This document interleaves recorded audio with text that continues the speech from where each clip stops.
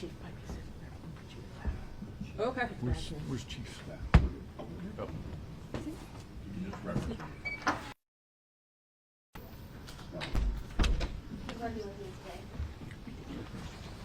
Yeah. Do you guys need the white? You guys?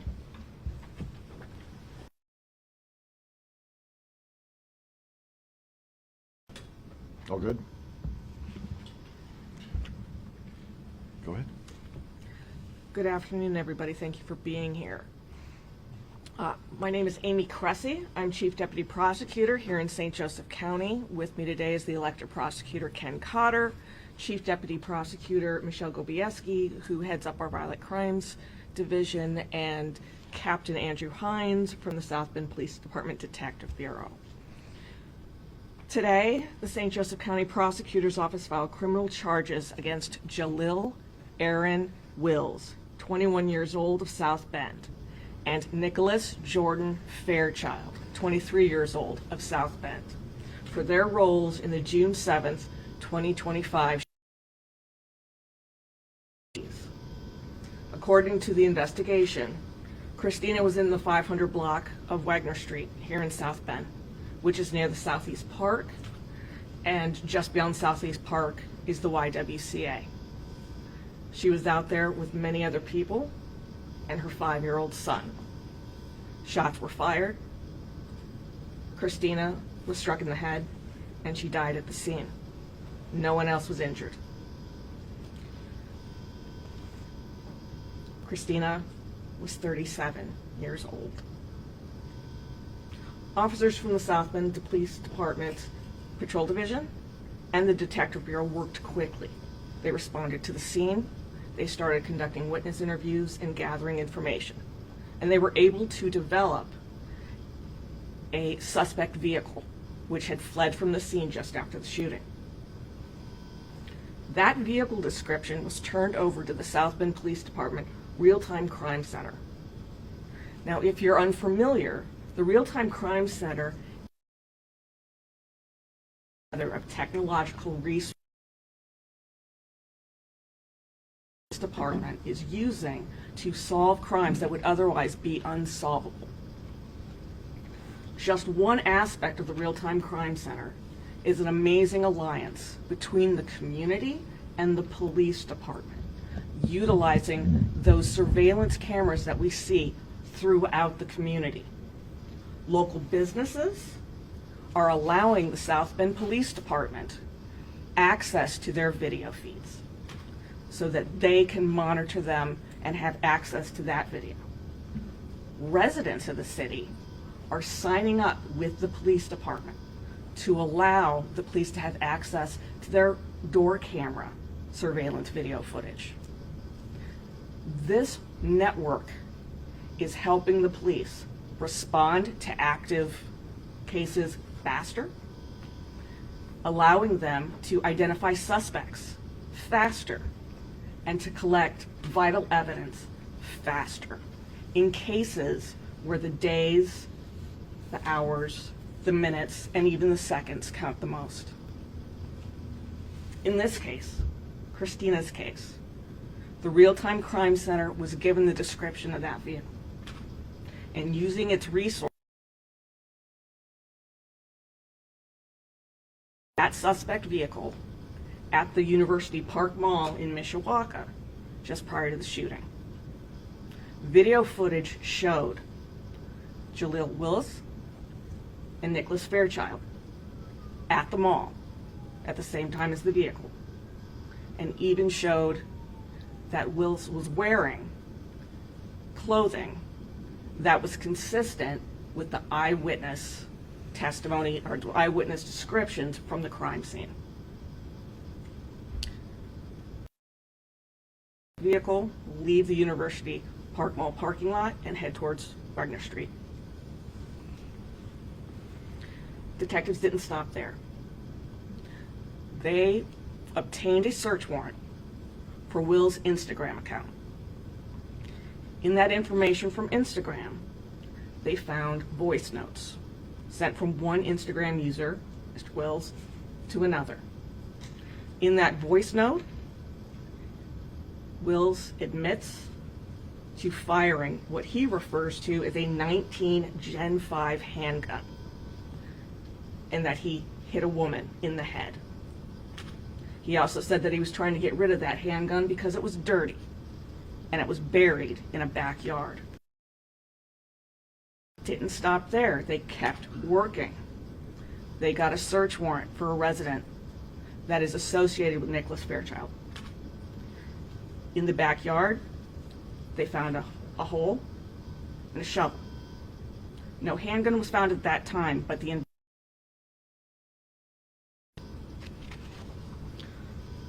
South Bend Police Department Crime Laboratory did ballistic testing on casings located at the scene of the shooting. And they were able to identify that those casings were fired by a Glock 9mm Generation 5 handgun. Jalil Wills was charged with murder. Murder carries a sentencing range of 45 to 65 years. He was also charged with criminal recklessness with a deadly weapon, a level 6 felony, which has a sentencing range of 6 months to 2.5 years. And the firearm sentencing enhancement was also filed in his case. That can carry an additional 5 to 20 years incarceration. Nicholas Fairchild was charged with assisting a criminal as a level 5 felony. It's a level 5 felony because the crime he was assisting was murder. That carries a sentencing range of 1 to 6 years. Charges and probable cause affidavits were submitted to a judge. Probable cause was found. Both Wills and Fairchild are held in the St. Joseph County Jail on other cases. They are now being held on these cases as well with no bond. Their arraignment hearing will be July 21st, which is this coming Monday at 1 p.m. Affidavits have been submitted to you. Please note that these individuals were arrested on preliminary suspicion and are presumed innocent until and unless they are proven guilty in a court of law. Kristina's family was notified of these charges before this press conference happened.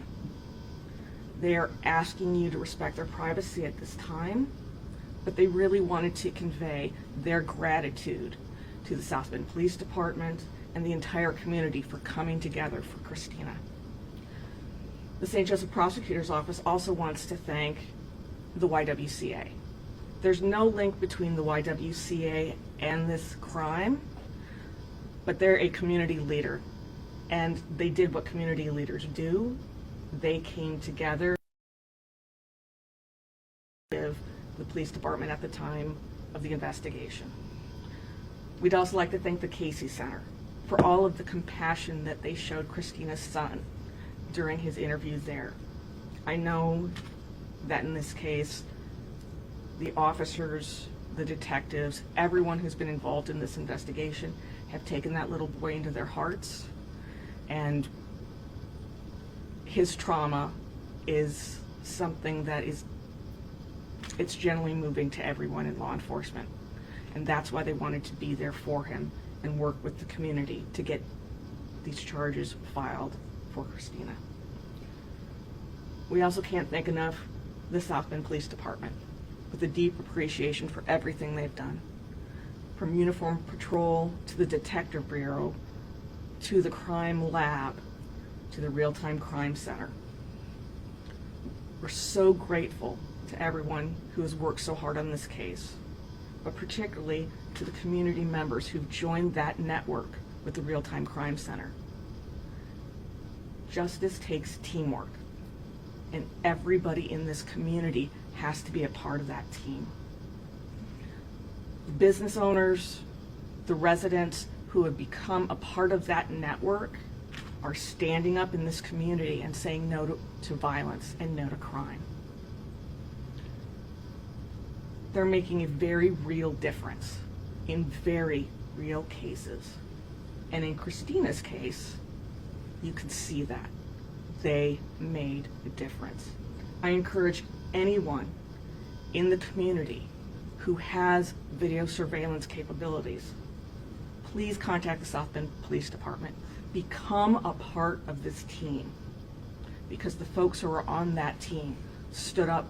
They stood up for you, they stood up for me, and they stood up for Kristina. I'm going to open it up. Is there any relation between Wills and Fairchild? Like, are they related at all? Just friends at all? Do you know? I'm going to defer to. By the way, you Lieutenant- gave him a promotion? Oh, I It's- beg your it's pardon. Lieutenant Hines. Lieutenant Hines. I'll take it though, that's okay. He'll take it. No, from what we can tell, there's no relation between the suspects and the victim. She appeared to be purely a accidental victim, someone and crossfire. No, I meant between the two in the car. Are they related? Oh, I'm sorry. Not to my The two knowledge, no. suspects are related.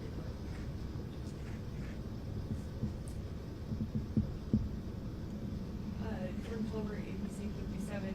Just have a quick question about the nature of the gun being discharged. Was he shooting at somebody, or what was the situation leading to the shooting? I'm going to defer again to Lieutenant Hines. So some of the aspects of the case we can't disclose because it still goes to trial. There's evidence items that we can't let the public know. However, it doesn't appear that they were shooting at the victim, if that answers your question. A number of people who were in that area. That's part of the investigation that Lieutenant Hines is saying that he can't really talk too much about. But they have found no relationship between our victim and those two individuals that we have charged. Again, there were other people there. That may be a different story. So would you say she was hit accidentally? Somebody gets shot and killed, it's never an accident. She is not the intended target. Right. I would say, let's put it that way. Accident makes it sound like, oops, I dropped something. This is not an accident. This was discharged multiple times of a firearm. Yes, ma'am. I know when the first release that actually sent out, it talked about that a lot of people were there, and sometimes they talk about with these parties that happen and shots being fired that no one really talks about it or speaks out about it, but people being able to connect their cameras. Can you talk about that being a way also that they can help? People are sometimes scared to speak up, but connecting their cameras and things like that can be a part of their voice helping solve these crimes. It can, but absolutely, we still need people who saw something to say something. There are many aspects of how the community can come together to make sure that we are living safely, but people who know information, especially in a case like this, we're talking about a 37-year-old mother who's never going to get to see her little boy grow up. People who have information and know information, who don't want to talk, that's an impediment. Yes, I absolutely want people to join in that real-time crime center, but I don't want to make it seem like that can take the place of actual people coming together and saying,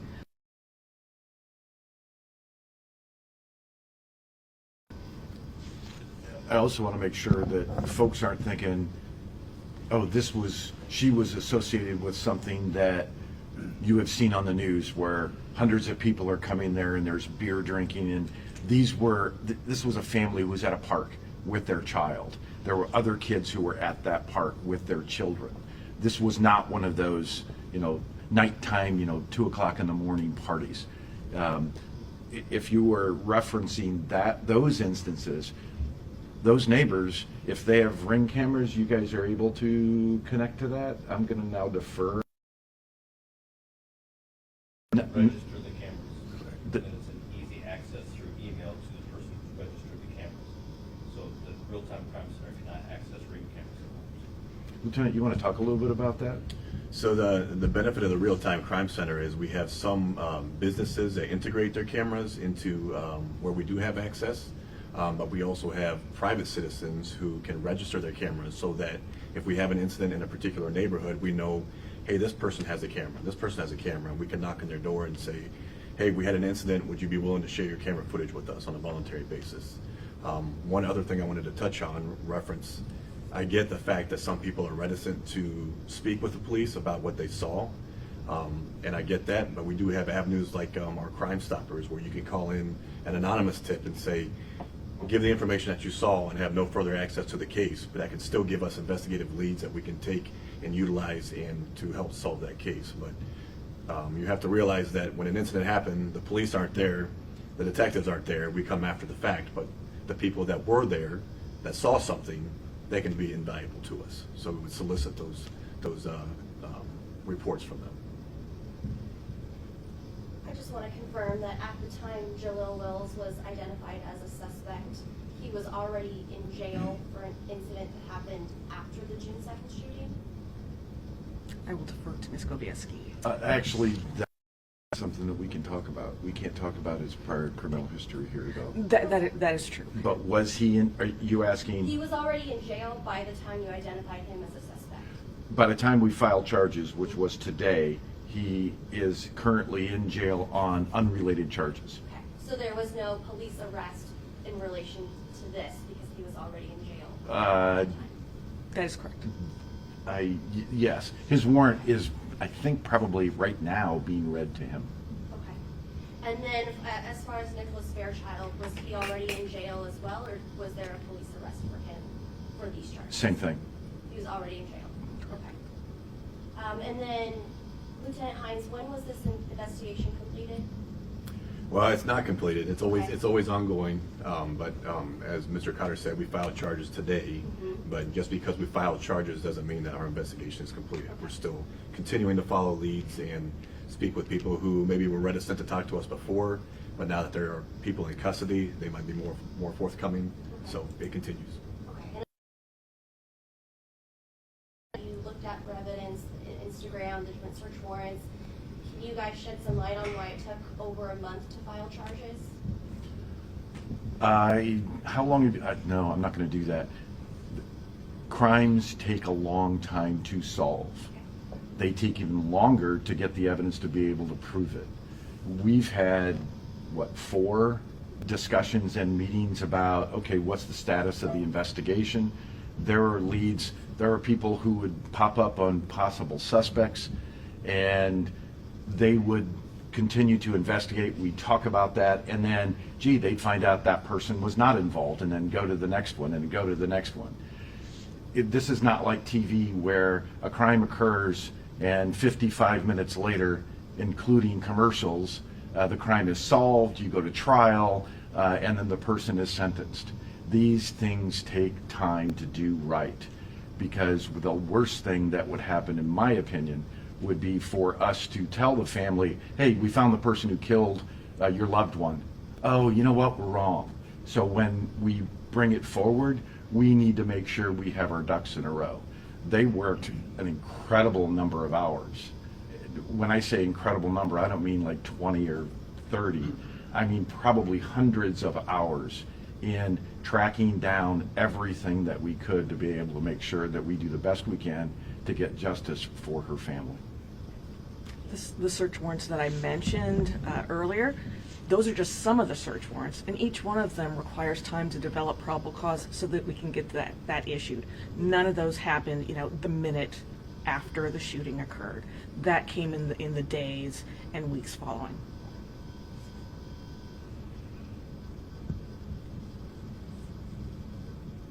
Any other questions? Sorry. In terms of that search warrant to look in the backyard and search for that gun, and not finding that gun, is that still a lead that you guys are following? Yes. Like continuing to search that backyard? The backyard, the search warrant on the backyard has been executed. It was not found in the backyard. That doesn't mean that the investigation is done or they're going to discontinue looking for that weapon. But we have sufficient information right now to file charges without it. If you remember the search in the backyard, there was a reference that he had buried it in a particular place. Officers went to that backyard. Lo and behold, there's a shovel and a hole as if something had been already dug up and moved. So did we get there too late? Probably.